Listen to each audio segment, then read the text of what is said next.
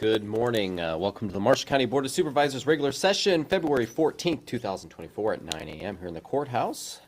Happy St. Valentine's Day and Ash Wednesday.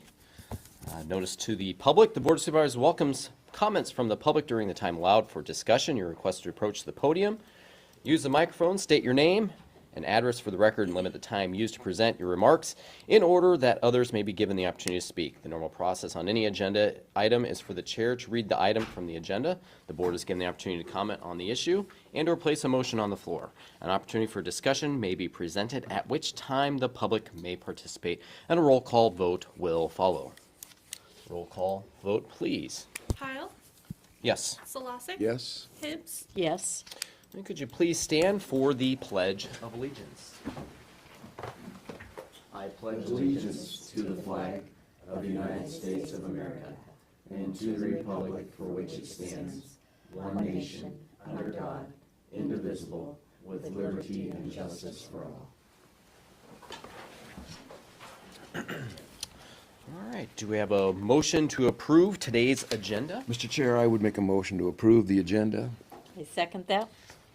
Motion the second. Any further discussion? Roll call vote, please. Pyle? Yes. Solosic? Yes. Hibbs? Yes. Number 5, consent agenda. Approve claims is audited. Authorize the county auditor and recorder to issue the payment of the same. The listing of the claims paid at this meeting and all claims paid in the current month will be published as part of the first meeting of the following month. 5B, approve regular meeting minutes from January 31st, 2024.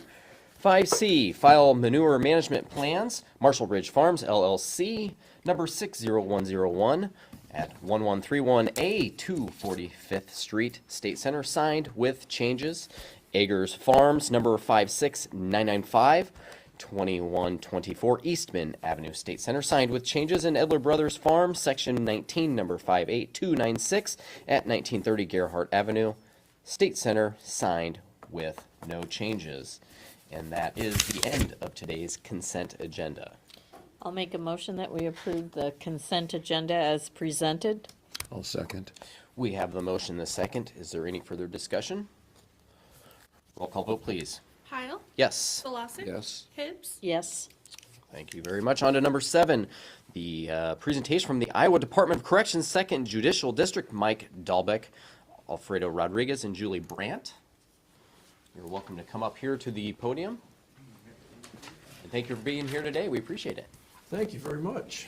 My name is Mike Dahlbeck. I work for the Department of Corrections, and I'm the manager of the residential center here in Marshalltown, Iowa. I've been for just over 30 years now. I asked myself, why is it taking this long to get here? But I'm here now. Thanks for having me. Glad to have you. Absolutely. I have a few handouts for you.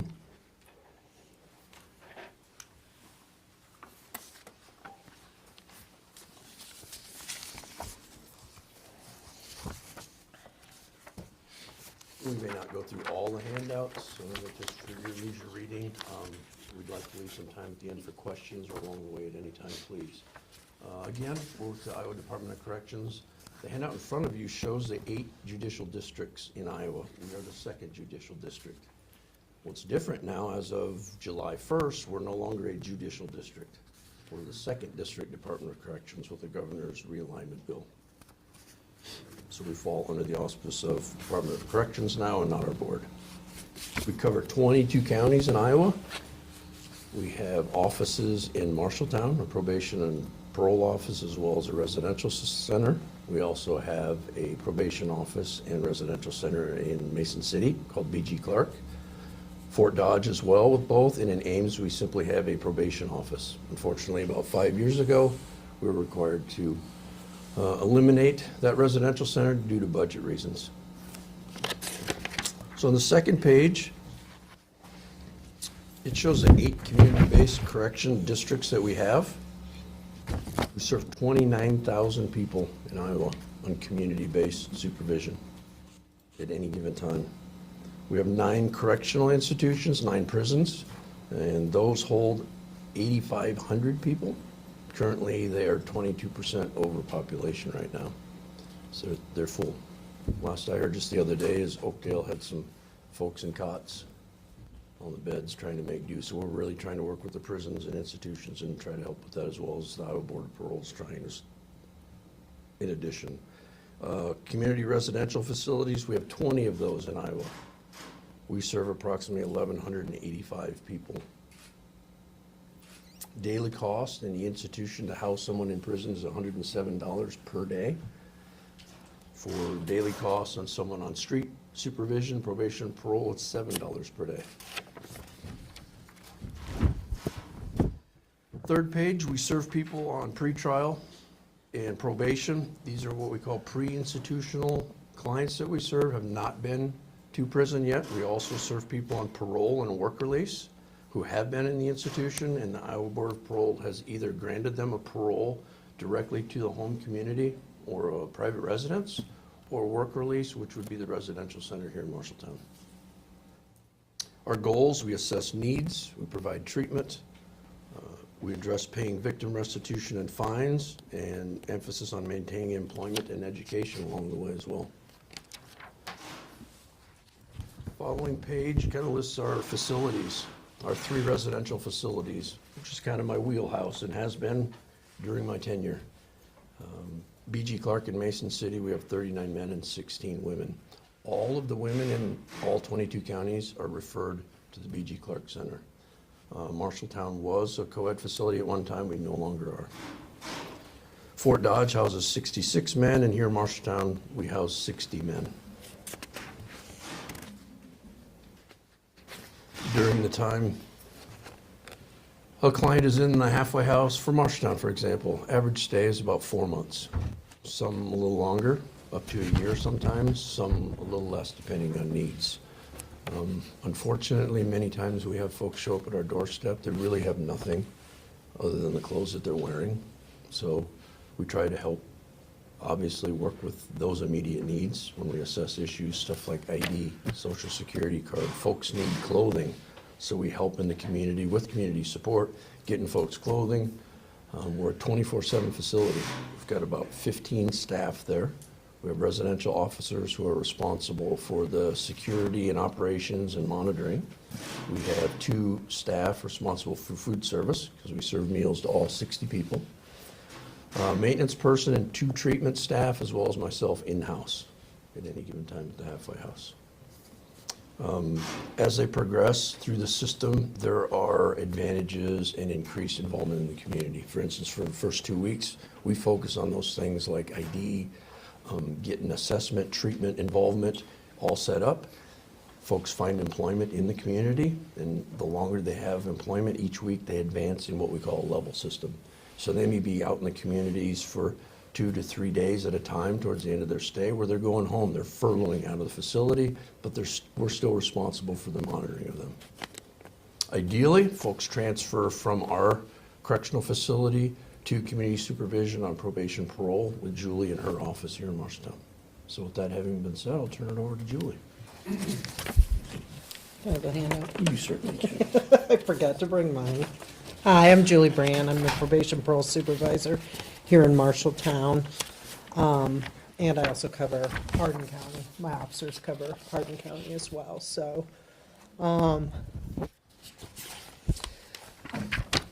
some of the things that we do across the street from here every day is we supervise people, we provide UA testing, treatment services, assessments, we assess risk level, and you'll see our officers coming back and forth over here to go to court often, to inform the court when people aren't following court-ordered parts of their supervision. And you probably see them out there as well. Up in the office, I have 12 staff. I have treatment staff. I have probation parole officer 3, which is our highest risk probation officers. They cover our highest risk clients, so the clients that have more violence or other risk factors that make them a higher risk. So they're seen on a weekly basis. The highest risk offenders are seen on a weekly basis. I have probation officer 2 who see the moderate risk people. They are seen less frequently, every couple weeks to a month maybe. And then I have one low risk officer, and she sees people. She talks to them probably more often on the phone and things, and she sees them at least every 6 months. And then we also have people that are providing treatment groups, people that are providing assessments that assess everything from substance abuse, whether they need to be seen at Satusi, depression scales, anxiety scales. So we're really trying to treat the whole person. So we're releasing people off supervision as complete and whole as we can. We, of course, work on employment, pain restitution. Nobody's released from supervision without having fines, fees paid unless they expire their sentence. We are always looking at their needs, and some of those needs, as you probably can guess, are their peer associations, problem solving, substance abuse, housing, mental health. Mental health is a huge concern, and to which we don't have a lot of facilities in the state of Iowa in order to take care of that. As you've probably heard, prisons have become housing for a lot of mental health people that could have probably been served better elsewhere, but nonetheless, we help to serve them. Right now, as Mike said, the push is to get people out of prison quicker, people that are nonviolent offenders, people that are mostly drug offenders. Because the prisons are so overpopulated and understaffed at this time, it becomes dangerous for staff and the clients as well. So that's where we come in and try to pick up those pieces. We also have things, ways to monitor people, electronic monitoring. We have a drug court here now. We got a grant to be able to have a fully run drug court. We're trying to get to about 30 people in that drug court because it's found that the drug courts help people to be successful, to have that constant involvement with the drug court. We work closely with Satusi. We work closely with Center Associates. We have the mental health facilities. We work closely with the MAP program, the medicated assisted treatment, to try to bring people into sobriety. We're also working on trauma all the time. So I don't know if you want to talk about some other things, Alfredo. Where were you able to get a grant for? We have a grant right now for the drug court. We're heading into our third year of that grant. So what we're hoping is the legislature will fully fund that program afterwards. We've seen some success with it. We're reporting every 3 months to the federal government what's going on in the drug court. So our hope and prayer is that they go ahead and fully fund that because it's got great success. Judge It Haney's does, amazing with the drug court and his dedication to it's been. So there could be 30 people in that There program? can be 30 then people in with that the program grant? on the different levels because they all come in on phase one and then as they move through the phases. So that's our hope. Our intention is to have 30 people in there through the different phases. And some of that's coming back and helping the other clients, the people in the higher phases, providing that kind of mentorship to the people in the phase one, so. Okay. And that's just in Marshall County? that Right could now, be yeah. possible? I mean, we have drug courts in all our other counties, but they're already funded. This is the one, Judge Haney started this with the enhanced supervision with 5 people that he volunteered and did, so it was really neat when we were able to ask for this grant. We were granted this grant that allows us to pay for some treatment. One of the probation officers that cover it, some of the services, they get to go to national conferences and learn from drug courts all over the United States that are successful, so it's been a really good thing. That's wonderful. Yeah. How much is the difference on, like, repeat offending when they've been through a drug court program versus not? I wish I had those statistics. I bet Judge Haney has that. I don't. Okay. I know it's significant. I know All Rise has all of those statistics. They are the leaders in the drug courts. I don't have it right offhand. Okay. I don't think you have it in here, do you? Well, Did I that- actually did attend drug court last Friday. Oh, well, And good. they have 14 participants right now, and like Julie said, they'd like to enhance that to 30. To your question, typical recidivism over 3 years for someone outside of drug court, they're successful 66% of the time. That's a positive spin. Flip side is 33% of them are not successful. And I believe, Judge Haney, it was about half of that in terms of the success rate had doubled for those versus others who had not participated in it. We're still only a few years in too. I think it's just gonna get better. The great thing too is if they're usually, when they're going referred into drug court, 'cause there's no other alternative exists, and they're really facing revocation back to prison. So we put them back in prison, it's $107 a day versus continuing them on community supervision, $7. So from a financial side, for taxpayers, it saves money. Does the $7 include drug court, or is that outside of drug court? I think when we're talking the $7, it's the fees for Yeah. basically what we're doing. What you're If doing, you yeah. included the drug testing, the staff, our benefits, all of those things versus the prisons where obviously it's 24/7. Right. It's much more expensive to incarcerate someone than it is to supervise them out here. Plus, we get some return on it when they pay their fines, fees. There's a $300 supervision fee everybody has to pay. There's treatment fees for sex offenders pay a treatment fee, domestic violence offenders pay a treatment fee. So when those things all align and it's paid, it's helpful. I'm going to briefly share some data specific to Marshall County. I'm not sure if you guys have that. So my name's Alfredo Rodriguez, and I'm an executive officer for our district. So one of the hundreds of duties that I have is to oversee our district's research efforts. So what I pulled here, what you're looking at, is data specific to Marshall County. So in other words, offenders or clients living in Marshall County. Before I go into the sheet, one cool thing I would like to add about our treatment is our district is unique in a way where our district is delivered for the most part virtually. So through like Zoom Room or whatever, virtual means that our treatment team members use. And that's because our district is unique compared to the other districts because we're spread out over 22 counties and we're very rural. Compared to some of the other more urban districts like Des Moines and the Fifth, where everything's more centralized. So some of the issues that we face is getting clients like to come to the office for group or the facility for group. That was a big thing before, a few years ago, before we went virtual. And of course, a lot of them don't have driver's license, and but they would still drive to group and things like that. So that was a big barrier. So COVID forced us to really go virtual, and we just stayed that way. We got the infrastructure set up to be able to do that. So really, our people, they can attend treatment via their cell phones, their smartphones, or if they don't have technological means, we have tablets that they can check out and take home with them and attend group that way too.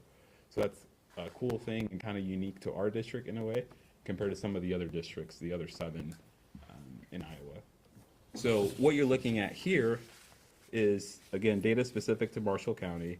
So at the time I pulled this data, there were 459 people on supervision living throughout Marshall County. Of course, most of them living here in Marshalltown. So of those 459, 381 were male and 78 are female.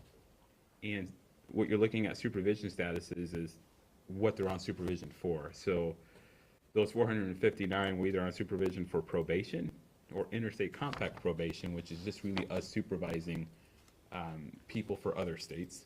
That's what that means. And then parole, special sentence, which is those sex offenders where they've served their primary sentence and now they're on their special sentence. That's usually a 10-year or a lifetime supervision parole type sentence. And then OWI continuum, so those that were placed on that special sentence per an OWI offense. And then work release, which is usually you guys are at the facility where Mike is at. And pretrial release with supervision, which is, of course, the guys that go to court, haven't been convicted yet, but the judge may place them on some type of supervision while they go to court for their alleged crimes. It talks about supervision levels, and I think, Julie, you might hit on it a little bit. So we have a supervision level system from 0 to 5, 0 being, if they score 0 on a risk assessment, being the lowest risk, and 5 being the highest risk, where we devote a lot of resources to that, guys. So of those 459, 189 of those were supervision level 0 to 2. And 270, so a majority of them were more moderate to higher risk people. And what you're looking at there are some of the offenses they're on supervision for.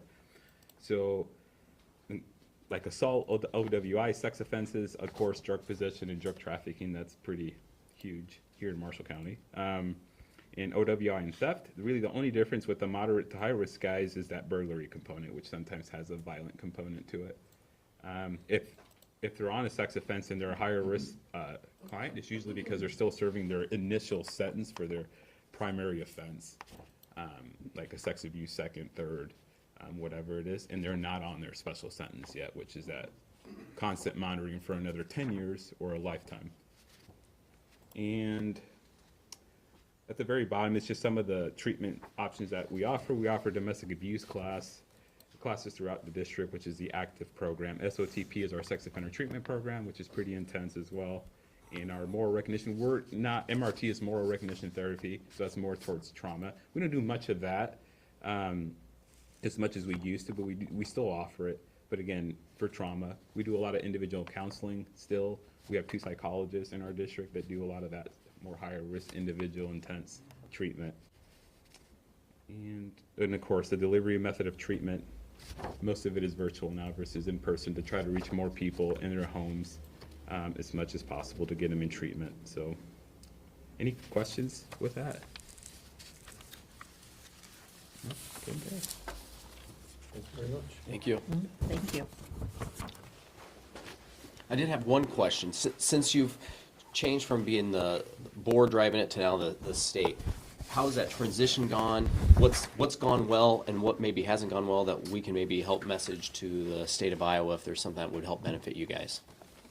Well, it's interesting. It happened rather quickly for us. Yes. So there are a lot of infrastructure things that really weren't planned out in terms IT, our payroll, they don't mesh. So those things obviously didn't happen July 1st, so they continue to work on that. Another big difference is before we had 8 judicial districts. So we're second. We had our own rules and policies. Our own board. Our own board.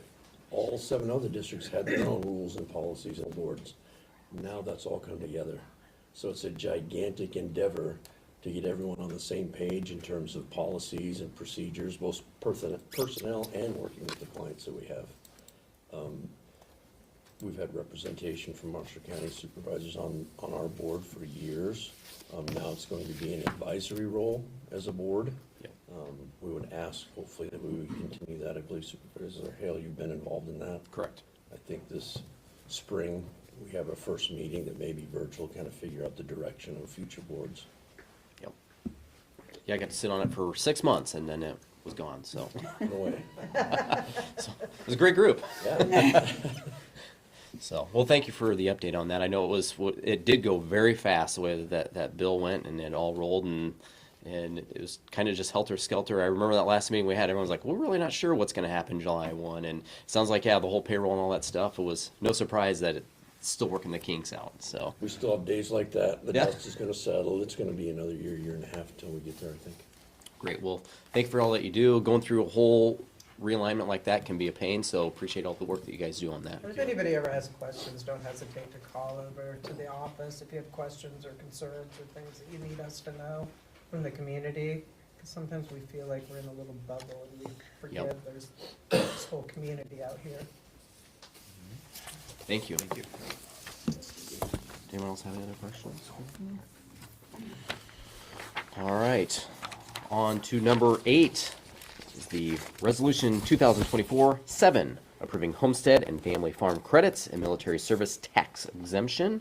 Whereas pursuant to Iowa Code 425.3, 425A.3, and 426A.14, the Marshall County Board of Supervisors has received the homestead tax credits claims, family farm tax credits claims, and military service tax exemption claims from the county auditor for the 2023 taxes payable 2024-25. Be it resolved that all claims filed are allowed except those recommended for disallowance by the county assessor, a list of which is on file in the county auditor's office. Be it further resolved that the chairman of the board is hereby authorized to sign notices of disallowances to claimants whose applications for homestead tax credits, family farm credits, and military service tax exemptions have been disallowed. And let it be submitted to the record, the list of all owners, parcel numbers, credit disallowed, and reasoning listed here in the agenda be submitted to the record. And I'll entertain motions to adopt this resolution. So you aren't gonna read all these? If there is a request for me to read, I will. I'm not requesting it, are you, Steve? I'll make a motion that we adopt Resolution 2024-0007, approving homestead and family farm credits and military service tax exemptions, and authorize the chair to sign the letters of disallowance. And I'll second. All right, motion and a second. Do we have any further discussion? I will say Sarah's worked very hard getting this all straightened out, and with the assessor's office and Sherry there, getting this all done and all the letters all ready for Jarrett, for him to have a cramp in his hand. Thank you, Sarah. Yes, thank you very much. Any other further discussion? Roll call vote, please. Heil, Yes. Solosik. Yes. Hibbs. Yes. On to number 9, the Resolution 2024-8, County Compensation Board Compensation Schedule for elected officials. Whereas Marshall County Compensation Board meets annually to recommend a compensation schedule for elected officials in accordance with Iowa Code Chapters 331.905 and 331.907, and whereas Marshall County Compensation Board met on December 18th, 2023, and made the following salary recommendations for the following elected officials for the fiscal year beginning July 1st, 2024. For county attorney, the recommended salary $138,435.72, 6%. The county auditor and recorder, $94,113.75 at 6%. County sheriff, $132,771.59 at 10%. The board of supervisors at $47,262.66 at 6%. And the county treasurer at $81,021.68 at 6%. That is what was brought to us by the Compensation Board. I'll entertain any discussions or motions at the time. And also, we do have Compensation Board member Mark Eaton here today. If you'd like to provide any comments today, you may. And this time you can do that. Do you want to discuss first, or? Go ahead. You can go right on ahead. We'll let her rip.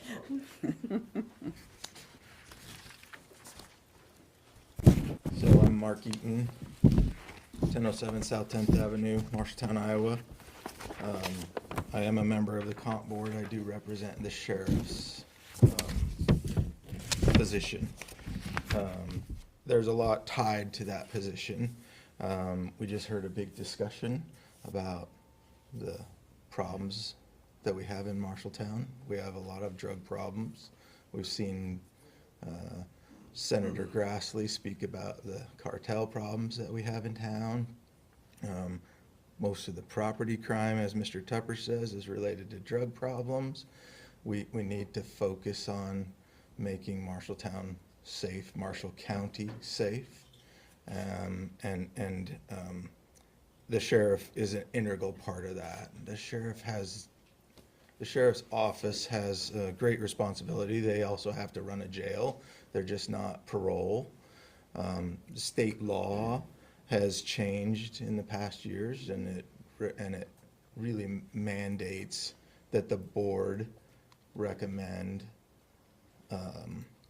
compensation for the sheriff's office that is comparable to other cities and counties of the same size. We run a lot of statistics. I'm hoping that was attached in the board notes that you've gotten. Right now, I basically looked at comparables of 10 comparable cities in population.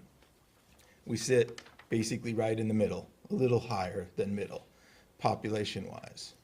But our sheriff's office is compensated at number 9 of the 10. Last year, we were really good. What's the city most like us, Mark?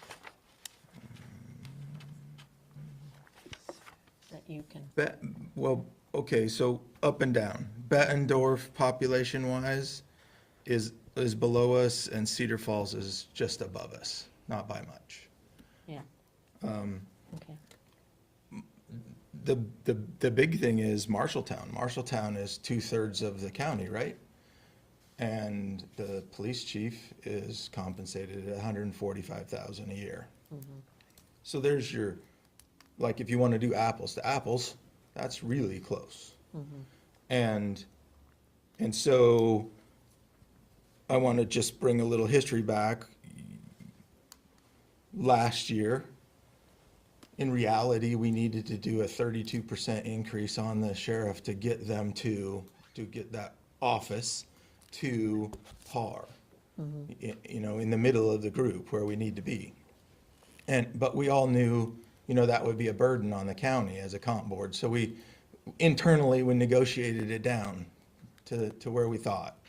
And you guys were good enough, you know, we negotiated some more and said, hey, look, we're gonna do what you asked right now, and we know we need to do more next year. And so, you know, we discussed that, and we said, okay, you know, we'll do 20% last year and 12% this year. So even with that discussion, the board crunched the numbers. And what's really tough is, okay, everybody but the supervisor is all tied together in this ball of wax. And the sheriff needs to be up here. Now, if you guys decide that when we give you the recommendation of 10%, to cut him 50%, to cut that office 50%, then you gotta knock everybody else down 50%.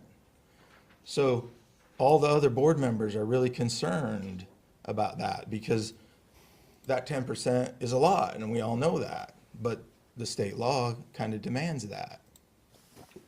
And we can argue about the definition of comparable, and I've looked it all up, and, you know, it's a mess. The legal guys down at the state, you know, that's their, so too bad they didn't do a better job of defining that, but we're here to do it. So I think we're in line with the numbers that we've given you. I know no one wants their property taxes increased. I know you're talking about an increase in the levy. And you've got all these other burdens that you've got to balance.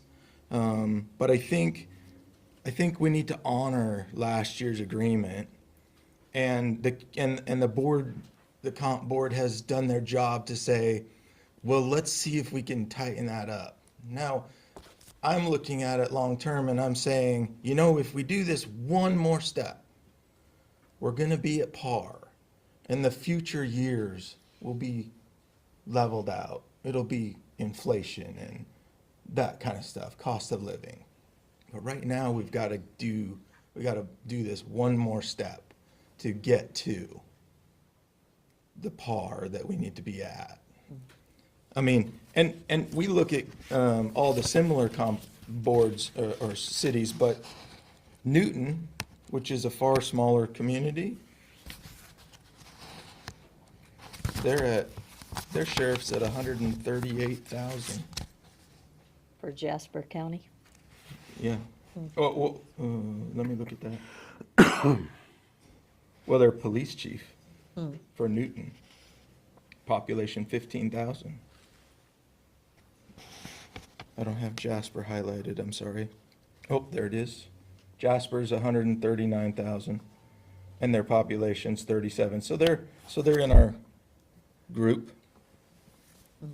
And so I think we really need to honor the negotiation that we had last year and see if we can just one more year, and then we can be level and par, and the comp board's job will be a lot easier. Do you have any questions other than? Mark, I've got a comment. I too want to see the sheriff get up into that. If he could get to 10% this year, that would be great. I wish there was a little more difference between us, supervisors, treasurer, recorder. I wish they were down to between 3% and 4%. But we can't Well, do I'll that. comment on that. So historically, we have this problem in the comp board. The supervisors' representatives come to the comp board, and there's two of them versus one for each of the other offices, and they say the supervisors want 5%. And everyone else falls on their swords and says, oh, it's 5%, because we're not gonna get any more. That's just historically what's happened. And because they're so fearful of the cuts, they won't let me do what I need to do with the sheriff's office because they're afraid that their offices are gonna get nothing. So we're kind of, this is why I'm saying, if we can do this, and the county attorney's job is no worse of a job, I mean, no less important. He needs the staff and the pay under him that are attached to him. The sheriff's office needs the deputies. We need to make the room between the union and the non, so that people will promote from within. We want that promotion. And we're experiencing salary compression right And now. we're getting that compression in the middle, and we've got to keep working on that to get that up. The auditor recorder, if you look at that job, that's essentially the city administrator job of the county. The city administrator of Marshalltown gets paid $180,000 a year. The county auditor's getting 80. So I think there's some justification for that position as well. But I'm not arguing for all those. I'm the sheriff. But really, I think we've got to do this one last step. And we're gonna raise the levy. You're already talking, We're lowering the levy. you're lowering it? We'll be Good, lower- I we'll hope be you lowering lower the it. levy. The total county levy is gonna reduce by almost 4%. That's I mean, so awesome. Now, that's part of growth. We had a 6.68% And- growth, and so that helped. We were required to lower our general basic levy because of that growth Right. going above 6%. Right. But we asked our departments to hold the line well, and that's where, currently, the budget's not completed, but we're close to that 2% for increase in tax askings, which is less than what the legislature was asking us to do, so. Okay, so let's not play a semantics game here. So you just said you're gonna raise the levy, the tax ask 2%. Taxes, if where we're currently at, will go up about 1.9% in taxes, so that's property tax dollars will go up, but the levy is Because of our dropping. growth. You're right. But you're gonna lower the levy. This is Correct. awesome. But I think, and with that growth, again, I think we have the room to do these compensation packages and get to par and change the dynamic of the comp board going forward. So we have a lot of wins in what the comp board has worked hard and negotiated to give you as a package. Because none of us want our levies to go up, you know? We all want growth to do that work for us.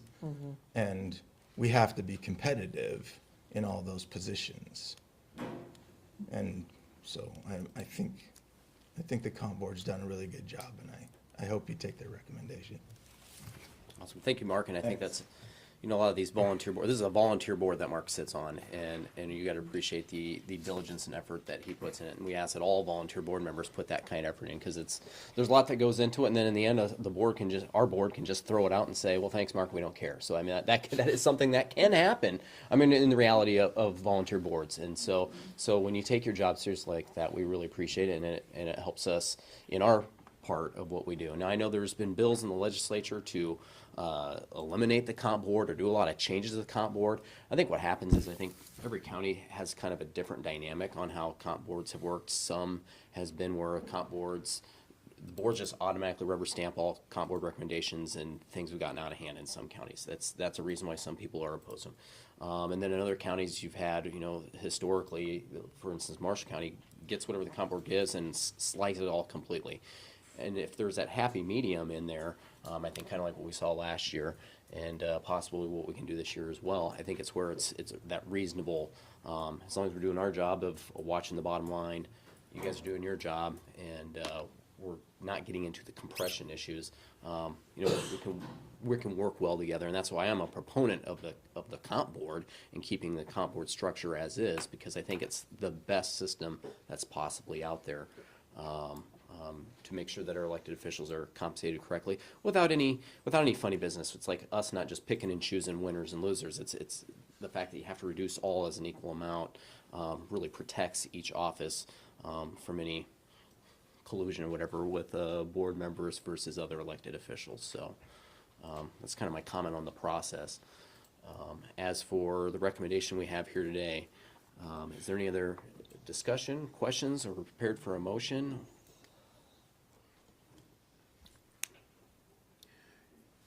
If we went to the full recommendation of the comp board, does that keep us within our 3% that the state keeps us? The current amount, so with the recommendation, the cost to the county is $37,845.21. When you all were doing budget work, you cut everything 50%. That's what Maria's got in there right now. That cost is $18,922.58. So that additional 19,000-ish would not. For 50%, yeah. For the 50%. So that additional 19,000 wouldn't. You don't really have a number on what a 1% move either way does. Can you figure that out? I can give you a dollar amount. So you want what? So what we had been playing with was 50%, but if we did, instead of 5% for the sheriff, 6% and 4% for the others. Do 4, okay. What if we did that? What's the dollar amount with that? That would have to make the sheriff just a smidge over 6%. We can't change the percentages between. Right, it would be 6, 4, 4, 4. It'd be 3.8 Oh, for us. And okay. if we're interested in changing what we had been going through in our budget meetings, I'd like to still have the supervisors stay at 3% since we can opt ourselves out. That's, Yeah, And You can do yourselves differently. I'd like to see Yeah. us at that 3% if we're gonna adjust Good. what we I have been would be in thinking. favor of that.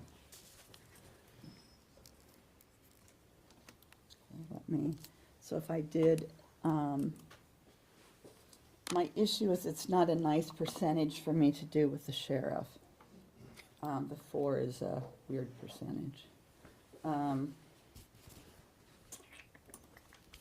If we did 6% for the sheriff. Okay, so if I did.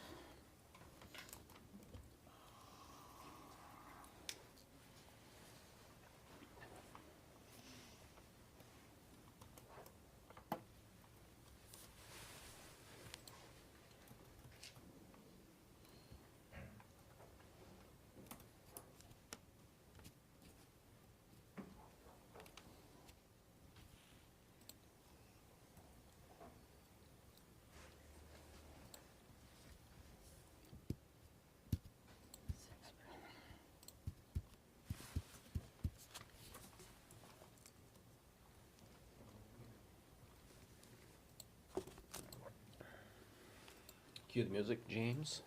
Dee, dee, dee, dee. Paul, can you tell us about Puerto Vallarta? How did that? Didn't rain the entire time I was there, so I was used to that. There you go. Okay, so if I take 60% of the recommendation, except for Across- you all. Yeah. So Except that for would us. get the sheriff to a 6% increase and 3.6 for everyone except supervisors would go to 50%, so it'd be a 60% change. That cost would be 21,904. So. Let's see. Maria's texting me. She's watching. She's watching. She's probably, the best. she's probably saying that there's effects on the benefits as well, that it's not just salary. Yeah. That'd be my guess. So, yeah, she's saying that for each 1%, the sheriff is 1207, because he's at 120,701, so yes. But that would,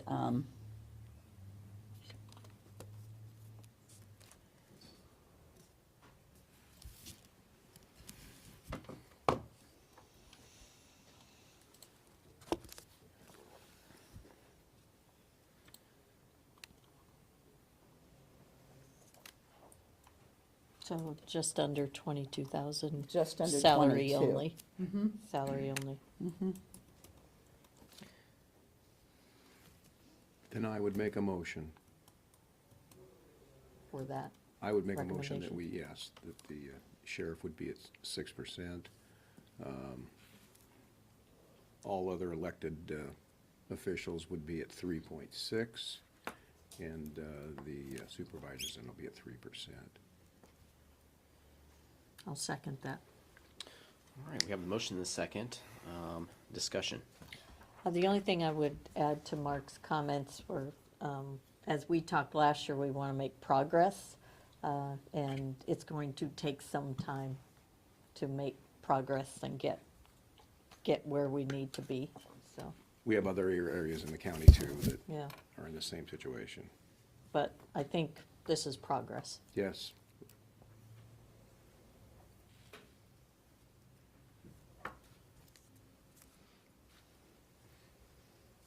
You've got the notes. So we've got 3.6 for county attorney, 3.6 for auditor recorder, 6% for the sheriff, 3% for the board of supervisors, and for the treasurer, 3.6. For budget purposes for you all, the cost of that is 21,904.53.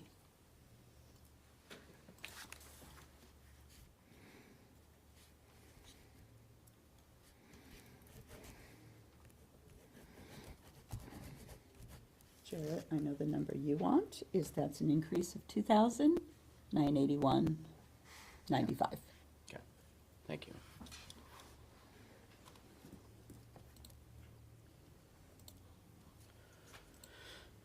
Now, if we took the recommendation that was given to us, and separated the board out and just kept the board at 3, that would be, we're talking an additional 15,000. So that's just what the numbers we're talking about, the difference of what the recommendation of the comp board was and where we're at right now with this motion. Let me just verify that. So if the- Ballpark. So if the board did a straight 3, If the board was at 3, If we and took- then took took the the took the recommendation. recommendation and took the board to Recommendation. 3. Did that would cost us 33,832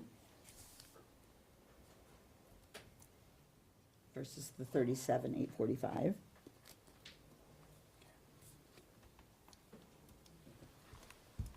So that would cost an additional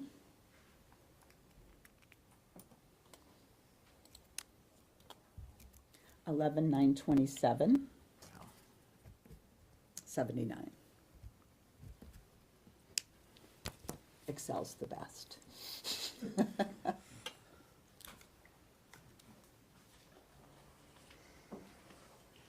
Quite frankly, I'd be comfortable with either your motion or just taking the recommendation and dropping us to 3. I mean, we got the room to do that. There is the gap that needs to be made up. We know, as a whole, not just the sheriff, all of our elected officials have been behind for a very long time. So I'd feel comfortable with that, because the bottom line, what we've done as our budget, it can handle this no problem. But if you guys have more of the appetite of doing the 6 and 3.6 and 3, I'm comfortable with that as well. Would it be possible to make one more comment? Yeah, absolutely. Thank you. So I don't follow the building permits in the county as much as the city, but in the city, we've got 10 more houses coming online that are $300,000 to $400,000 houses. So that's gonna increase your tax revenue.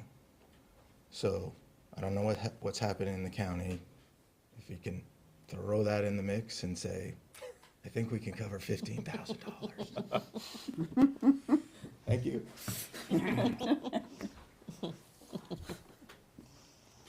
Well, should we do a vote on my, Well, you can withdraw your motion. however You we want want it, to do it? if you're amenable to change, or you can do an amendment We to can your vote mine motion. down, too. Whatever you want to do. Let's do a vote. All right. So we have the motion and the second on the 6% for the sheriff, 3.6 for the attorney, auditor, recorder, treasurer, and 3% for the board of supervisors. We do a roll call vote on that, please? Heil, No. Solosik, No. Hibbs, Yes.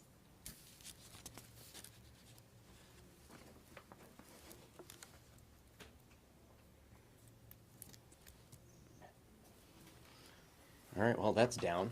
I'll make, Alrighty then. I'll make another motion then. Let's go the full 10% for the sheriff, 6% for the other elected officials, and keep the supervisors at 3%. I'll second that. All right, we have the motion and the second. Do we have any further discussion on this motion? Hearing none. Any clarification there, Nan? So Steve made that motion, Carol seconded. Yep. Okay, thank you. I was trying to write down numbers. All right. That seemed more important. Roll call vote, please. Heil, Yes. Solosik, Yes. Hibbs, Yes. That was a lot of fun work. Thanks again, Mark. We Thank you, appreciate Mark. it. And we thank all of our elected officials and all of our comp board members and all those part of this process. Auditor's office for all the legwork they do on preparing the comp board meetings. Jeannie, thank you. So we appreciate that. It's one of those things, it's not the biggest dollar item that we deal with when we're talking this pay, but sometimes it gets kind of the biggest press sometimes or it gets talked about a lot. So thank you for being a part of the process, everyone. Yeah, thank your fellow comp board members too, please. All right, on to number 10, public forum. It's the time set aside for the public to make comments on topics of county business other than those listed on this agenda. No action will be taken on any of these topics brought up in the public forum.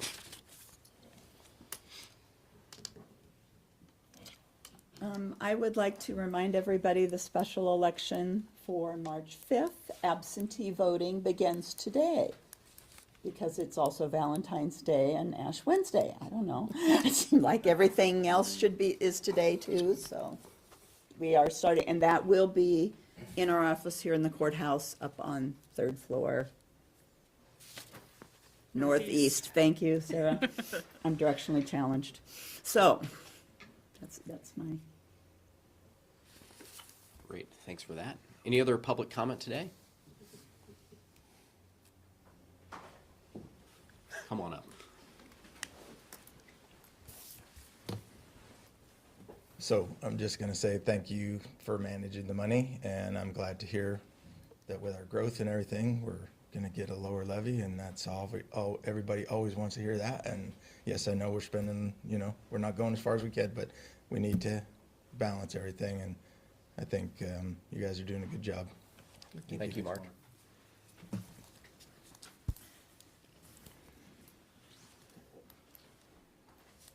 Any other comment today? All right. On to adjournment. The next regular session is Wednesday, February 28th at 9 a.m. at the courthouse, first floor, meeting room 1 East Main Street. All businesses acted upon at that session should be submitted to the county auditor and recorder's office or the board of supervisors office by Wednesday, February 21st, 2024 at noon. There being no further business to come before the board, the meeting is adjourned at 9:55 a.m. Thank you very much, everybody, and have a wonderful Valentine's Day. Full of love.